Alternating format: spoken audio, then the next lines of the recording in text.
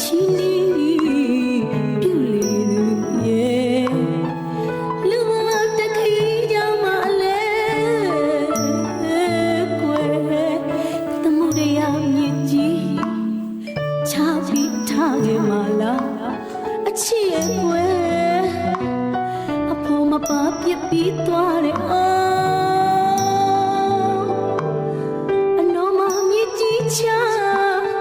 Yatoria chichi mare Milteira lo kwe Yatoria luanda lo like chima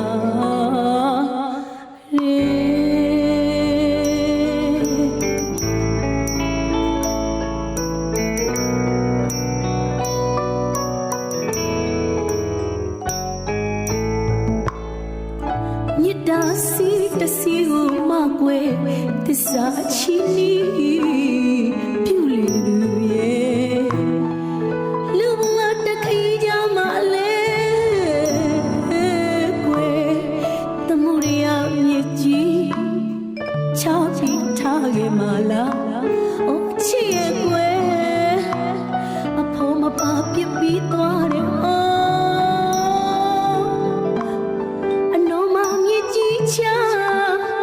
Yatoria chichi mare Milteira lo kwe Yatoria luanda lo like chima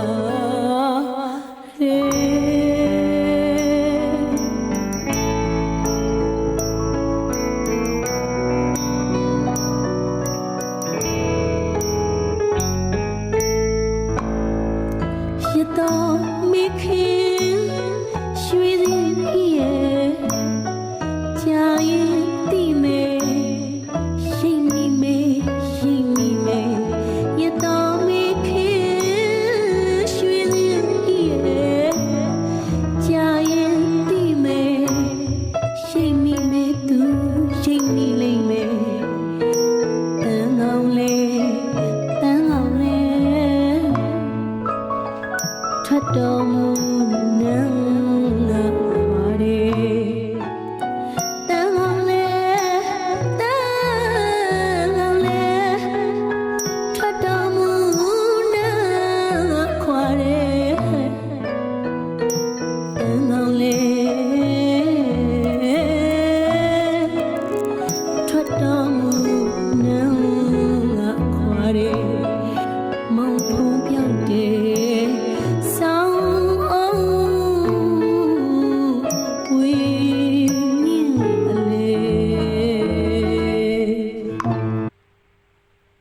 Cô điều gì đâu là bà vi bia, cô điều gì đâu là bà vi bia kiểu, cô điều gì đâu bắt phòng.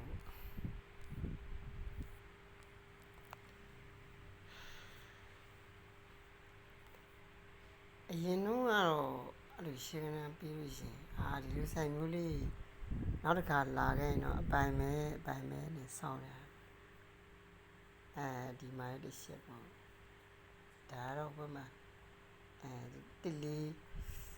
lệ đi xí đấy, đông đi xí đấy, thì mà cho nó tiếng Anh điều nó là cái nằm mà mình cũng biết rồi. Aku biar mà biar saya đi bốn năm nhiều đi mà nó, đi mà là đi cũng bao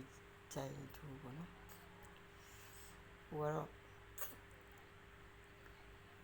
tuy nó, cô thu mấy cái này nó tiền mà.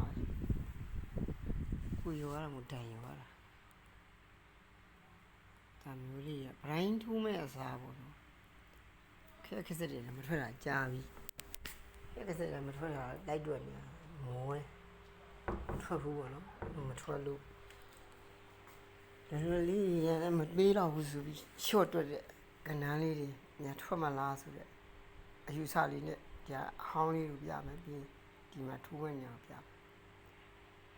ဒီမှာဆိုလို့ရှိရင် break ခွန်3ချက်တက်ခဲ့တယ်ပေါ့နော်အဲ့ဒီနန်းမျိုးဆင်းတော့ဒီပွဲမှာထိုးပြခဲ့တယ်ပေါ့နော်ရှစ်ထိပ်စီးတယ်ရှစ်ထိပ်စီးပြီးစီးရထိပ်ကအပူခွာနဲ့ break ခွန်ပေါ့နော်ရှစ်ပြီးခွန်နဲ့ရှစ်တဲ့ငယ်ခွန်ထိပ်စီးတယ်ခွန်ထိပ်ကြီးခွန်ဘူးခွန်ခွာနဲ့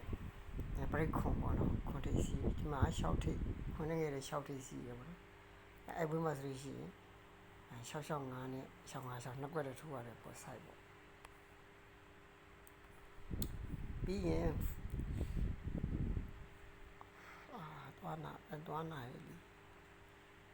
သွားနှုတ်ထားတာဒါစနာလည်းဘာလို့မစင်းနေရှိပြီးရင်ဒီမှာနှစ်ဘူးနှစ်ပြီးရင်တစ်ဘူးတစ်ပြီးရင်တုံညာဘူးနှစ်တိတုံညာလို့ထွက်ခဲ့တယ်အဲ့နှစ်တိတုံညာစီနီယာရှေ့ဘူးကြတော့အဖြေလေးပေးထားတယ်ပေါ့နော်ဒီမှာထောက်ကလေးနဲ့ရှိတယ်ပေါ့ဒီနေ့ထောက်တွေတော့မရတော့ဘူးဒီဘက်ကလာတဲ့ထောက်တော့မရတော့ဘူးမဆိုင်ပါဘူးဖြစ်တယ်ဗရိတ်ရှစ်ပေါ့နော်ကောင်းမှာဗရိတ်ရှစ်တင်ခဲ့ပြီးသူ့အောက်မှာအဲ့လိုသွားခဲ့တယ်သွားတဲ့နေရာမှာလေသူကအရှုပ်ကလေးပါတယ်နှစ်လိုပူတယ်နှစ်လိုပူပြီးတော့အဲ့နှစ်ပူရဲ့ရှေ့ကကနန်းဒီကနန်းရဲ့ရှေ့သွဲရှေ့ပေါင်း၄ပေါ့နော်အဲ့လေးက၄နောက်ပိတ်တယ်ဒီဗရိတ်ရှစ်ကြောင့်ဒီအပိတ်နဲ့ဒီအပိတ်နဲ့လှမ်းရှစ်တယ်ပေါ့နော်၄ရှစ်ပေါ့နော်ဒုတိယဒီမှာတစ်ပူးတယ်တစ်ပူးပြီးတော့ဒီမှာကောင်းမှာဗရိတ်ရှစ်ကြာပြီးတစ်ပူးရပေါ့တစ်ပူးရဲ့နေရာမှာဒီရှေ့ပေါင်းခွန်ပေါ့နော်ရှေ့ပေါင်းခွန်နောက်ပိတ်တယ်ပေါ့နော်ဒီဗရိတ်ရှစ်ကြောင့်လည်းဒီအပိတ်နဲ့ဒီကောင်လှမ်းရှစ်တယ်ပေါ့နော်အေးကွာစကားမပြောဘူးလေဆရာမရှဲတွက်တယ်ဆိုတော့အော်လို့မဆုံး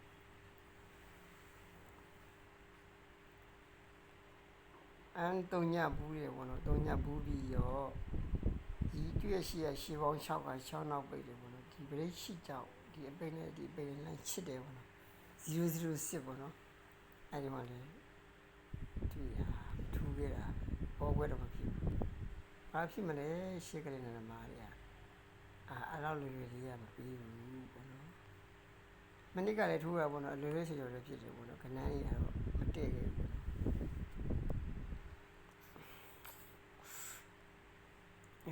ညမှာပါ696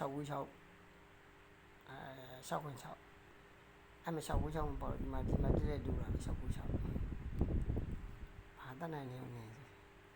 6တိစီနဲ့6ဘူးခွာအောင်မှာနှစ်ခတ်ထွိုင်း6ဘူး669နဲ့696 6တိစီနဲ့ပဲထူတာနှစ်ကွက်တယ်အဲ့မနေ့ကလည်းဒီမှာပေါ့ဒီလိုပေါ့4ထိပ်စီစီးရထိပ်ကအပူခွာနဲ့ထွေတယ်ပေါ့နော်6ထိပ်စီးရထိပ်ကအပူခွာမဲ6ထိပ်စီးရထိပ်ကအပူခွာအဲ့လို3ဘွက်တက်တယ်ပေါ့နော်ဒါတွေကတော့ပြောပြနော်ဖြစ်တဲ့ဘောပြောပြမဆို4ထိပ်စီနဲ့အမ break နှစ်ပေါ့နော်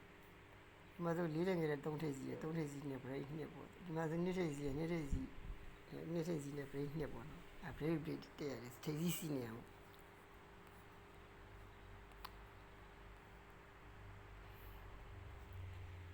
ဒီညမှာလည်းအဲ့လိုတော့ခြင်း။ဘာကြောင့်သားအတွက်ပဲပြောစိတ်ကြောင့်သားအတွက်ပဲပြောနော်။အကြောင်းရှိလို့ဒီလိုလေးနှစ်ကိုဒီလိုလေးနှစ်ပြီးတော့ဒီလိုလေးသုံးနေတာ။သုံးဘူးခြင်းလားပေါ့နော်။အဲ့သုံးဘူးတဲ့နေရာမှာလေဘလူးဘူးသုံးဘူးကဘလူးသွားမယ်ဆိုရှင်ဒီကိုရှိခွန်ဆိုတဲ့စီနီယံလေးထောက်ထားတယ်ဆိုတော့ဘာမှတော့ပြောကြမှာမရှိတော့ပါဘူးအဲ့လိုပဲထင်တယ်ဒါဆိုရင်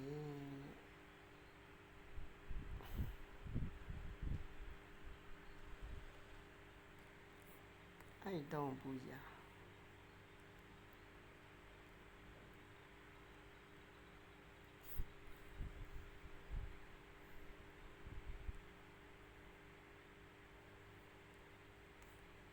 သုံးဘူးကြည့်မယ်ဆိုရင်ဘယ်လိုလုပ်လဲ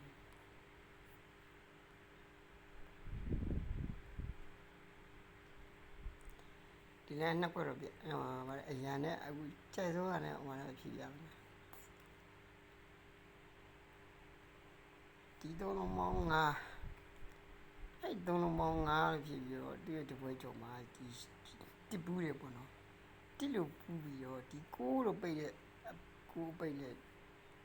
ဒီနှလုံးပေါင်း9တယ်ပေါ့နော်တစ်ဘူးပေါ့တစ်လျှောက်ပါဝါထွားထွက်တယ်ပေါ့ဦးရမှာချိန်မှာလည်းဒီ936ပေါ့နော်936လို့ဖြစ်တယ်9ပိတ်ပြီးတော့10ပိတ်တယ်ပေါ့နော်အဲ့ဒီနောက်မှာနှစ်ဘူးရပေါ့နော်ရှိဘူးအဲ့နှစ်ဘူးပြီးတော့ဒီသုံးလုံးပေါင်း9ကြောင့်ဒီအပိတ်နဲ့ဒီအ ပိတ်လေလမ်းပေါင်းငါးပဲဖြစ်တယ်ပေါ့နော်အပိတ်ကလည်းစီနေရရှောက်တဲ့ငယ်တဲ့ခွန်ပေါ့နော်ချောက်တဲ့ကြီးရဲ့ခွန်ပေါ့နော်ဒီညမှာလည်းဆိုရင်ဒီရှောက်ရှိတိဆိုတော့ငါးလို့ဖြစ်ထားပြီပေါ့နော်ရှစ်ကိုရှစ်ခွန်ပဲပိတ်သွားတယ်ဆိုတော့အဲ့ငါးကိုဒီငါးကျင်တာဆိုတော့ရှစ်နောက်ပိတ်ပေါ့နော်power try အဲ့တော့နောက်ပိတ်ကလည်းစီနေရှောက်ခွန်ရှစ်ရလည်း1 2 3မှာဘူးခွာရှစ်ဘူးလေပေါ့နော်3 3 8 power try မလီ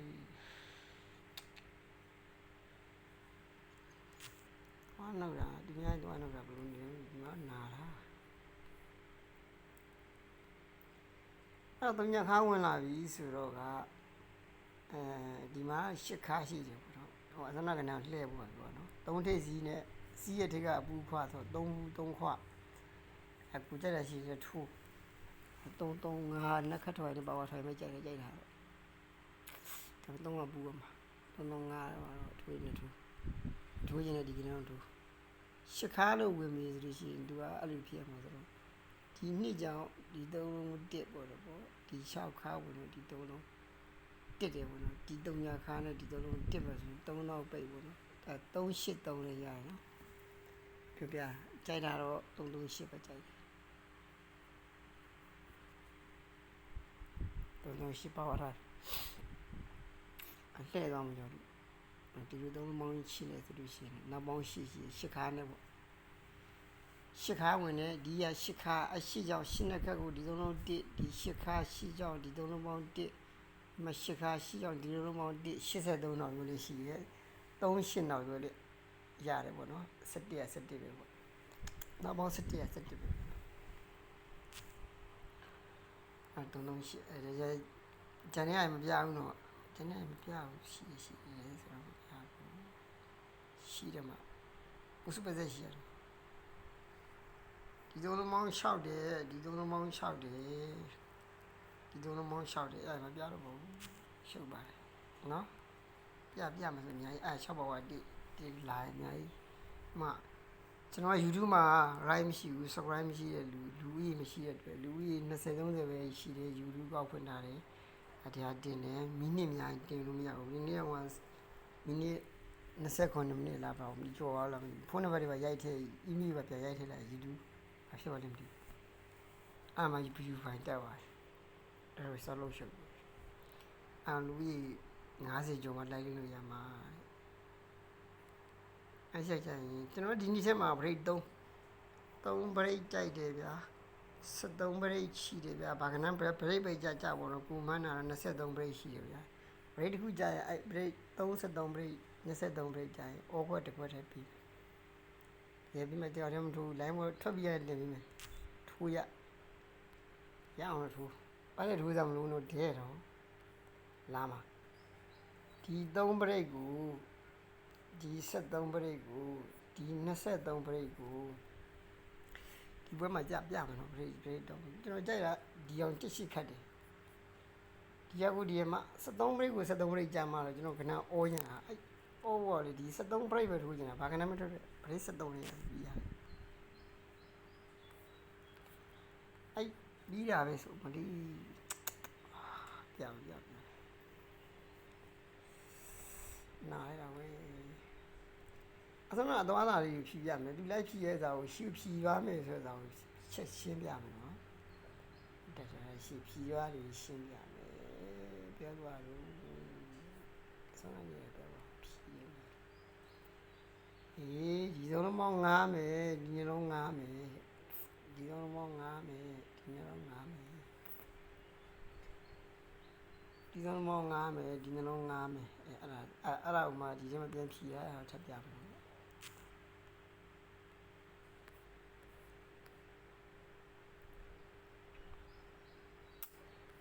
ကနေတကွ3ချက်ပဲဖြီးစားလို့3ချက်နဲ့ပြမယ်အဲ့3လုံး5ကို5နှစ်ခက်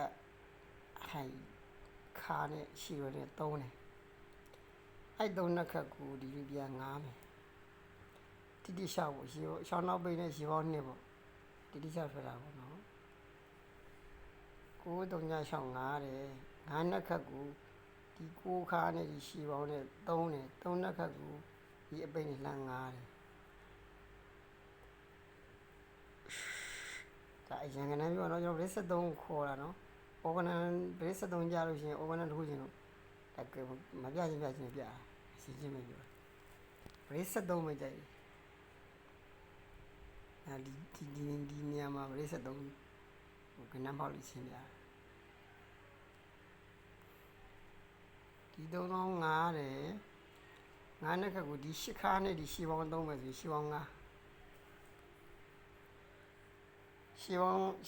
ငါးနဲ့မှသုံးဖြစ်တော့မှလေရှစ်ခါဆိုတော့အဲ့ဒီနှလုံးကငားမယ်ဆိုရှစ်နောက်ပိတ်ရှည်ပေါင်းငါးအဲ့ဒါကိုဖြတ်ထိုးခြင်းလဲဆိုရင်ဒီမှာတင်းတင်းတုံမှုထည့်လိုက်ပေါ့သုံးထိပ်စီနှစ်ခါပေါ့73ဆိုတော့အဲ့တော့မတစ်ခါနဲ့နှစ်ခါဆိုသုံးခါနဲ့နှစ်သုံးတစ်ပေါ့ဟောဘူးနှစ်သုံးရှစ်ပေါ့ရှင်းနောက်ပိတ်နဲ့3နှစ်8နဲ့နှစ်3 8အရင်အဲ့လိုပြောချင်ပါတယ်အဲဒီ3ည9ကတော့လीပေါက်ဘူးတော့ည9ကပေါက်ဘူးတော့ကိုခါနဲ့3ည9နှစ်လို့ကြတယ်နော်ဒီသုံးလုံးမှ9တယ်9နှစ်ခက်6ရိပ်စီးတယ်6နှစ်ခက်9ခါတယ်မှတ်တာအဲ့6နဲ့9နဲ့ပေါင်းရင်9အဲ့9ကြောင့်ဒီအပိတ်ရဲ့ဒီထေစီရဲ့ဒီကောင်9တယ်အဲ့ဆို395ပေါ့နော်ပြီးလို့ရှိရင်ဒီနောက်တွဲနဲ့ဒီထေစီနဲ့ပေါင်းရင်2ပေါ့နော်အဲ့လိုထေစီရဲ့နှောင်းကပြဖြစ်နေဒီသုံးလုံးပေါင်း9တယ်9နှစ်ခက်6ထေစီရဲ့အဲ့6နှစ်ခက်9တယ်9နဲ့6နဲ့ပေါင်းရင်9တယ်အဲ့လို9ဖြစ်တယ်အဲ့ကြောင့်ဒီနောက်တွဲနဲ့ဒီထေစီနဲ့ပေါင်းရင်2တယ်ဆိုတော့8ထိပ်ရှစ်ရရဆိုတော့ကိုခါရှစ်ရစီကိုခါရရဆိုတော့ဒီနှလုံးပေါင်း9ကြောင့်ဒီ8 38ဒီနောက်ဝိနေပေါင်း4 38 4ဆိုတော့9ဟို8 9 4တပေါက်သေးပေါ့နော်အဲ့လိုတွေ့ရစစသေးပဲဒီသုံးလုံးပေါင်း9တယ်9နှစ်ခက်6တယ်အဲ့9ကြောင့်9ခါ6နှစ်ခက်9ခါဆိုရင်9ခါပေါ့နော်အဲ့9ခါကိုခါလည်းပြတော့ဒီကနောက်ပေါင်း2ဆိုတော့2ပြောင်းဆိုတော့3ညထိတ်ပေါ့နော်အဲ့တော့ဒီနှလုံးပေါင်းကိုခါဝင်ထည့်ရဆိုတော့ကိုခါထည့်ရဆိုတော့ကိုခါလည်းလာဆိုတော့ရှီတော့9ဖြစ်ပါဆိုတော့ကိုခါဆိုတော့9ဖြစ်ပေါ့6နဲ့ပေါ့9အဲ့9ကိုဒီ3ပိတ်ရဒီ3ညထိတ်ရဒီနောက်ပိတ်ရ9ဖြစ်ရမှာဆို2နောက်ပိတ်3ည9နှစ်ဘယ်လိုမအော်လိုက်3ည9နှစ်ဆိုတာအဲ့ဒါမောရနော်3ည9နှစ်ထွက်တော့တခြားစီသူကတခြားစီပဲဒီကလာတော့တဲ့3ညထိတ်တဲ့ဒီကလာတော့3ညထိတ်ပေါ့နော်အဲ့ဒီပြောကပောက်ကစုလာရှင်းကနေဆိုင်ထဲမှာပေါင်းနှလုံးပေါင်း9နှစ်ခတ်3တယ်နှလုံးပေါင်း9နှစ်ခတ်3တယ်နှလုံးပေါင်း9နှစ်ခတ်3တယ်ခုနောက်ပဲညနေစီခုနောက်ပဲအဲ့တလိုက်နောက်ပြီးဒီကလာတော့ဒီရှောင်းနှစ်ဒီမှာ3ညပြရပြီတော့3ညခါဦးမရှောင်းနှစ်3ညမလို့ဒီမှာရှောင်းနှစ်3ညခါအဲ့လီပါတယ်မသိဘူးအဲ့ဘယ်ထုံးမှာဘယ်ကလေးနဲ့မှမထူဘူးအဲ့တွေ့ပြီဟိုကလာတလုံးပေါ်ထည့်ဒီကလာတလုံးထည့်1 number ရှင်းတော့အပြီးမှရှေ့6တော့အပြီးမှအဲ့တော့စော်လုံးရကန်းရှီလီ6ဆိုဒီလုံး9တယ်9ပြီးတော့ဒီသုံးလုံးပေါင်း8တယ်ဒီသုံးလုံး8ဒီ9တယ်ဒီသုံးလုံးပေါင်း9တယ်အဲ့ဆို6နှစ်9ဒီသုံးလုံးပေါင်း9ဒီ break 9အဲ့လိုကြအဲ့လိုများကြိုက်တာဟုတ်လားညလုံးပေါင်း9တယ်ဒီသုံးလုံးပေါင်း8တယ်ဒီသုံးလုံးပေါင်း9တယ်3နောက်ပြီး9 6 3ဒီသုံးလုံးပေါင်း4ဒီပြည့်4အဲ့လိုလာမှာပေါ့တခြားစီကိုတလုံးတောင်လုံးမရသလုံးနဲ့ဘယ်လိုညာမှမထူယူလို့ပေါ်လို့ငါဆိုင်ရတဲ့ခါကျဒီလုံးပေါင်း9တယ်ဒီသုံးလုံးပေါင်း8တယ်ဒီသုံးလုံးပေါင်း9တယ်6 6 6ဒီသုံးလုံးပေါင်း3ဒီ3ညbreak 3ည အဲ့လိုလာမထိုးမိုးရ